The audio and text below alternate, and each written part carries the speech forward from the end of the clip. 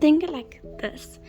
Something happened to me this morning at 5, and last night I prayed and I asked my dad. I asked Jesus, obviously, to wake me up at a certain time that He wants me to wake up, because lately I've read a couple of things that you should wake up at sunrise and yada yada yada, that stuff, right?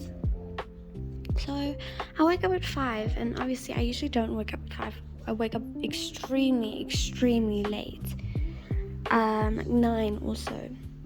Now I wake up and it's very weird, because you know how you can't go back to sleep sometimes? That's what happened. And so I was tossing and turning, trying to fall asleep, but then I remembered, hey, the Holy Spirit told me a couple of days ago I need to wake up at a certain time and just start praying, because that's how you start your day. And so then I remembered asking Him to wake me up at a certain time that He wants me to. So now I was just stuck in bed, and obviously I had gotten up, and I look outside because I feel like, and obviously it's dark, it's 5 o'clock in the morning, and I look outside and I'm wondering, hey, what should I do? Because God does everything for a reason. So I've woken up at this specific time for a reason. And the one thing that comes to my mind, and it's very weird because I don't know how to explain it, but there was this thought at the back of my mind: go downstairs, just go downstairs. And I was like, my door was locked and everything. It's like 5 o'clock in the morning, no one wants me to, and my family is obviously going to hear me. And so I just sit there for a while. I immediately take out my Bible. Nothing really comes to my mind except for this one feeling: go downstairs. And so I'm there and I'm just reading my Bible. Nothing really pops up in a verse. There was Isaiah, there was a lot of Matthew, I would say, but I wasn't quite focusing on it, because I was just focusing on the feeling: go downstairs. So here comes my feeling, and obviously I'm a very shy person, so I don't really understand why I should do this, and I just get this feeling: get up and go, because I can't go back to sleep now because I feel bad. So I get up, I put my jersey on, I put shoes on, and I immediately start heading for the lounge. And obviously I'm like saying, oh my gosh, I'm so crazy for doing this. Why am I doing this?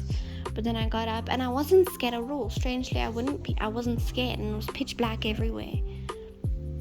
So I opened my door, and then I go to the outside door, which obviously needs a key because we locked. And then I remember, hey, I should probably write my mom and dad a note for them to understand where I'm going, just in case I wake up because of the noise. And so I wrote, hey mom, hey dad, going downstairs, I need a walk, I need some air. And so then I open the door, I put that thing down, and I make sure that's very clear as well. I do not recommend this, by the way, but I just and then the thing is, I go downstairs and it's obviously pitch black, and I'm walking, and I get to the stairs, and I go down it, which is like the quickest way downstairs, then the elevator. And I live in an apartment, by the way, so when I'm talking about downstairs, I mean like 6 stories down. So I walk down those 6 flights of stairs, or even more, yeah. And I get down there and I just wait, and I get to the parking lot, and there's a gate outside. So I wait by the gates, not by the gates, because there's a ramp for the cars to go out. So I just wait somewhere near the elevator, and I don't know what to do. And then I was like, okay, maybe I should just go up, because something was telling me, go up. So I go up, and and obviously there's a security guard there, and I don't know what I'm gonna say once he catches me or does something. And so I walk up to him, And obviously he's in this little booth and stuff.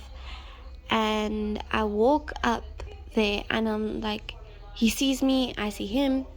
And I'm like, do you have any newspapers? And he says, well, every Friday we bring newspapers, but here's one. So I was given a newspaper. Now catch this. As I'm walking down, I'm not paying attention to the newspaper. I'm trying to walk because I don't get run over by cars. I get in the elevator because I don't want to walk back up those 6 flights of stairs. So I go to the elevator, and in the elevator I start reading the newspaper, the top line of the newspaper, and I'm not really quite sent, but it's about this detectives, about this mother in pain after her daughter's death, and I'll show it to you now, but just bear with me as I get upstairs. Obviously I'm trying to make sure, like, hey, is anyone up? No one's up yet. Literally no one is up. And so I obviously get inside, lock the door again, and I go to my bedroom. And so I start reading. I get in my bed again, and I start reading this newspaper that I randomly got because I can't sleep. And so I start reading it, and it's about this woman that a decade ago, her daughter had died, and she was talking all well about her daughter, and she was asking questions about this stuff.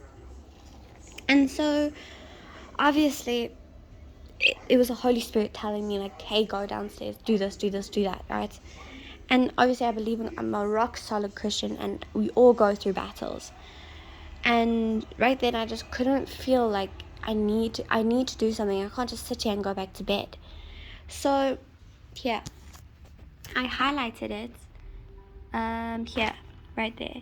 And I didn't even expect it to be there either.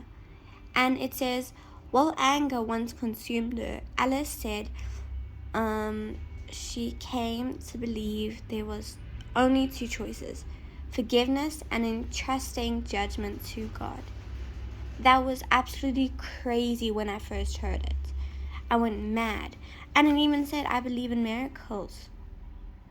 And obviously I was like right here, and I was like, oh my gosh, everyone does. And then I get to this one, and it was the Holy Spirit that called me and said, hey, I need to do something about this. And I get up, and what a coincidence that I get this specific paper. So I'm not trying to make anyone else what I'm saying is that I feel like the Holy Spirit got me up at a certain time to tell me this, because lately I have probably not been forgiving, and I needed some word from God. And this is what happened. And maybe this is also to show you guys. So I would say forgive everything, including yourself, because that's what most of us do. We criticize ourselves. But let's help.